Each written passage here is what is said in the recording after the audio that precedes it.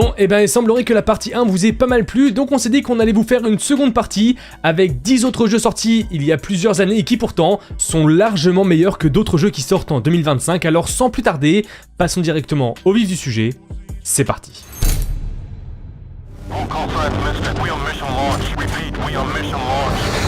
À sa sortie en 2011, Battlefield 3 était, graphiquement parlant et même au niveau de son gameplay, à des années-lumière de la concurrence. Il aura fallu plusieurs années à Call of Duty, son concurrent direct, pour le rattraper et assouvir sa domination. Mais pour en revenir à Battlefield 3, il a vu le jour le 25 octobre 2011 à la fois sur PlayStation 3, Xbox 360 et PC. Et depuis, alors certes, le temps est pas mal passé puisque ça fait 14 ans qu'il est sorti mine de rien, mais son multijoueur est toujours assez joué et surtout, c'est pour les joueurs de Battlefield l'un si ce n'est le meilleur des Battlefield et tout le monde espère que la prochaine itération qui a été dévoilée il y a peu de temps se rapprochera très fortement de ce Battlefield 3 ou encore Battlefield 4.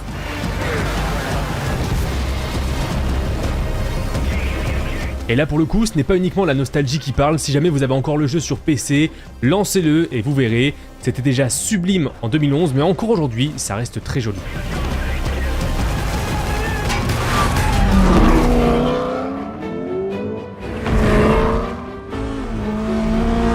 Quand on parle de jeux de course en open world, certains penseront à The Crew qui a vu le jour en 2014 et d'autres penseront au roi dans le domaine, à savoir Forza Horizon, et cette fois-ci non pas Forza Horizon 5 puisqu'il est sorti trop récemment, mais Forza Horizon 4 qui lui a vu le jour en 2018 et qui, honnêtement encore aujourd'hui, pourrait concurrencer, voire même détrôner d'autres jeux dans le même genre tels que, par exemple, Test Drive Unlimited Solar Crown ou encore The Crew Motorfest.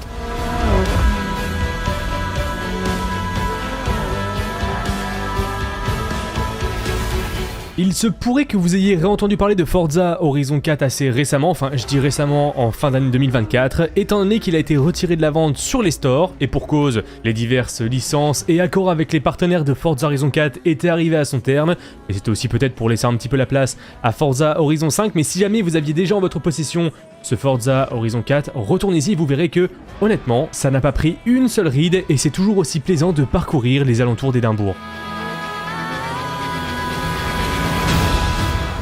Say together, we tear down the wall. We undeniable.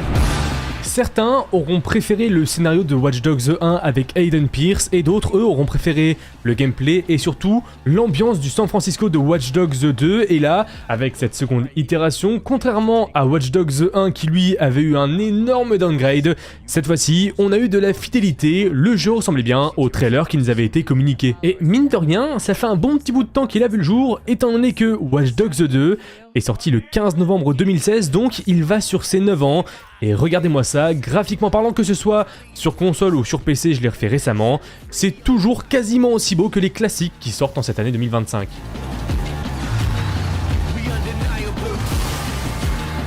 Si jamais vous n'avez jamais touché à la licence Watch Dogs, dans un premier temps, je vous déconseille très fortement le tout dernier Légion qui lui avait vu le jour en 2020, et si vous ne deviez en faire qu'un seul qui est assez fun et qui a un gameplay ultra poussé et ultra intéressant, eh bien ce serait ce Watch Dogs 2 disponible sur PlayStation 4, Xbox One et PC.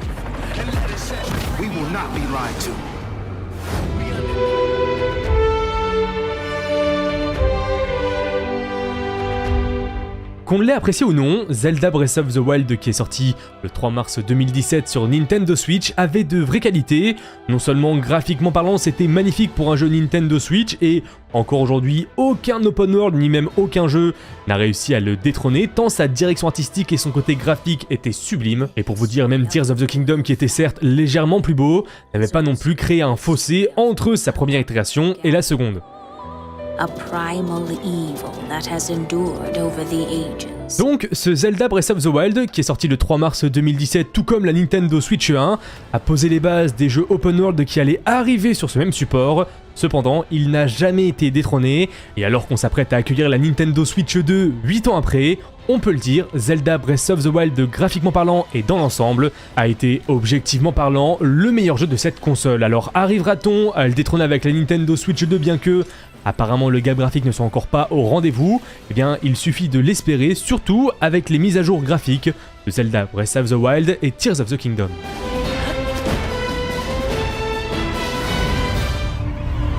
Not everything. Tout fan de l'univers de Tolkien sera forcément d'accord avec moi, les jeux L'Ombre de la Guerre et L'Ombre du Mordor étaient extrêmement bons, et du coup on peut même se demander pourquoi le studio a fermé ses portes. Mais bref, là n'est pas le sujet, revenons-en à La Terre du Milieu L'Ombre de la Guerre, qui est sorti sur PlayStation 4, Xbox One et PC, le 10 octobre 2017. C'était le digne successeur de L'Ombre du Mordor qui faisait incarner dans cette suite Talion et Celebrimbor qui forgent alors un nouvel anneau unique pour renverser Sauron, et grâce à leur pouvoir, eh bien, ils pouvaient recruter des orques et former une alliée, le fameux système Nemesis, qui avait été créé par le studio et qui a déposé un brevet, et donc, cette feature assez révolutionnaire pour le milieu du jeu vidéo ne pourra plus être utilisée sur une grosse période, et ça, c'est assez dommage, mais en dehors de ce côté assez révolutionnaire au niveau du gameplay, eh bien, encore aujourd'hui, graphiquement parlant, on le voit, les PlayStation 5 et Xbox Series n'apportent pas ce gros gap graphique que l'on pouvait avoir par exemple entre une PS2 PS3 ou encore PS3 PS4.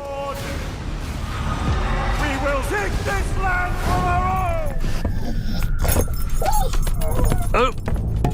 didn't realize we had company.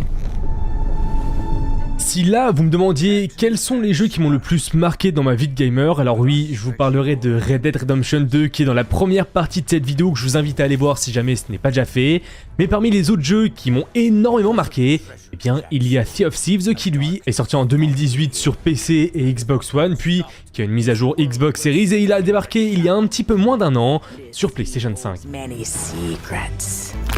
A new body at last. Et donc, que dire sur ce Sea of Thieves, si ce n'est que le concept est vachement intéressant, et qu'en plus, depuis sa sortie, il y a 7 ans maintenant, il est très régulièrement mis à jour, ajoutant donc beaucoup de contenu qui pouvait être son point négatif à la sortie. On pouvait lui reprocher d'être un petit peu trop redondant, et de n'avoir pas énormément de choses à faire, mais depuis, eh bien, ça a bien changé, et surtout, graphiquement parlant, le jeu, je vais pas dire qu'il s'est embelli depuis sa sortie, mais il n'a pas pris une seule ride et pour cause, eh bien cet aspect vachement cartoonesque que très peu de studios pour ne pas dire personne n'arrive à reproduire, et regardez-moi cette eau dans Sea of Thieves, c'est tout bonnement sublime, l'ambiance sonore, bref, c'est un incontournable et en 7 ans, ça n'a pas pris une seule ride. Refuses to face the truth.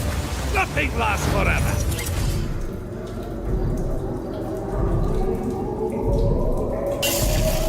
Pour le coup, si on le regarde comme un jeu sortant en 2025, Portal 2 n'est pas un jeu magnifique graphiquement parlant, mais s'il est dans cette vidéo, c'est plutôt pour son gameplay qui reste lui inégalé. C'était bien évidemment la suite directe de Portal premier du nom, et il bonifiait absolument tout ce qui avait été présent dans la première itération sortie en 2007. Si vous ajoutez des rayons tracteurs, il continue d'avoir ce système de portail, le tout pour avancer dans vos niveaux de plateforme 3D et résoudre tous les puzzles de ce jeu. Il est certain que le platformer ne conviendra pas à tout le monde, mais pour tout adorateur de ce style de jeu, Portal 2 est et restera, je pense, pendant de nombreuses années, la référence numéro 1, toujours indétrônée, 14 ans après sa sortie.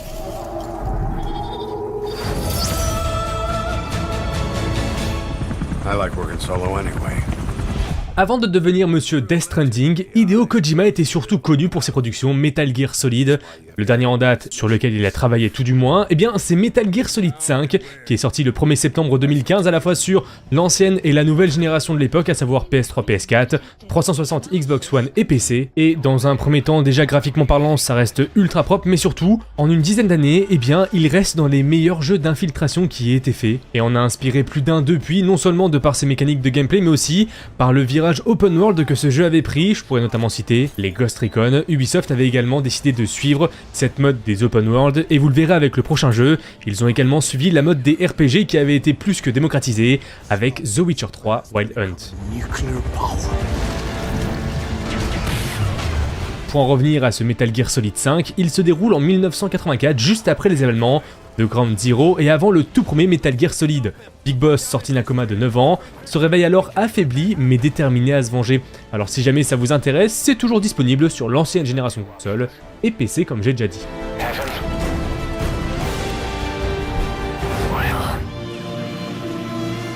I had no idea what to do with a young girl. So I did what I would have done with a boy and took her to Kaer Morhen. Si vous en avez plus que marre du virage RPG pris par de nombreuses licences depuis 2015, eh bien dites merci à The Witcher 3 Wild Hunt qui a initié ce mouvement et a plus que démocratisé le RPG en open world. Certes, depuis 2015, ce The Witcher 3 Wild Hunt a eu le droit à pas mal de portages qui ont donc plus que peaufiné ou ajusté son aspect graphique, que ce soit sur Nintendo Switch ou encore sur la nouvelle génération de consoles, les Xbox Series et la PS5. Cependant, aucun ajustement a été fait au niveau du gameplay, et on peut voir qu'en une dizaine d'années, puisque oui, il est sorti le 18 mai 2015 et nous sommes en avril 2025, et bien en 10 ans ça n'a quasiment pas vieilli. Alors certes, c'était un petit peu rigide, mais les quêtes secondaires étaient vachement intéressantes, l'histoire était vachement intéressante avec des choix qui avaient un réel impact sur le déroulé de cette dernière, et surtout, il n'y avait pas 50 millions de fois la même chose à faire un petit peu partout sur la map qui est devenue la marque de fabrique d'Ubisoft, qui de base malheureusement s'inspirait de The Witcher 3 Wild Hunt, qui était une petite pépite, et qui sur le long terme aura causé la perte de sa plus grande licence, Assassin's Creed. Donc si jamais vous aimez les RPG en troisième personne et que vous n'avez jamais essayé The Witcher 3 Wild Hunt, eh bien essayez-y vous, c'est vraiment l'un des meilleurs jeux de la dernière décennie. I had no idea what to do with a young girl.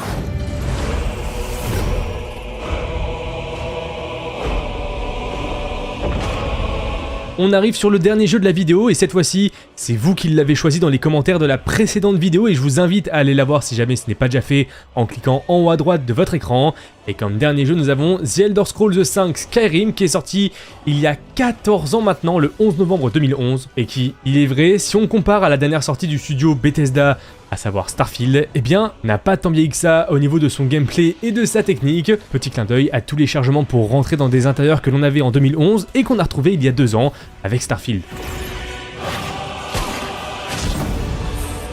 The Elder Scrolls 5 Skyrim, vous plongez donc en plein bord de ciel, et vous étiez alors le Dovahkiin, le seul être capable de mettre fin au conflit qui ravageait le pays, et de vaincre les dragons, et qu'importe vos actions dans le jeu, eh bien ça pouvait avoir des répercussions. Par exemple, si vous ne saviez pas que tel PNJ vous donnait une quête et que vous l'éliminiez sans faire exprès, eh bah c'était fini, vous ne pouviez plus avoir accès à cette quête, et ça, très peu de jeux le font une dizaine d'années plus tard. Et puis, que dire de cette ambiance, de cette histoire, de ce gameplay qui, en plus de ça, si vous jouez sur PC avec quelques mods, peuvent très vite devenir sublimes, le jeu pouvant même devenir plus beau que certains titres sortant en 2025. Et c'en est fini pour cette vidéo, j'espère qu'elle vous aura plu. Si jamais c'est le cas, faites-le moi savoir dans les commentaires et donnez-moi d'autres titres de jeux qui sont éternels, immortels et qui même 10-15 ans plus tard sont toujours ultra intéressants à faire. Et bien évidemment, si la vidéo vous a plu, n'oubliez pas le petit pouce bleu, l'abonnement et le partage si ce n'est pas déjà fait. Et sur ces belles paroles, eh bien c'était Max pour JVM en direct de vos écrans. Et ciao tout le monde.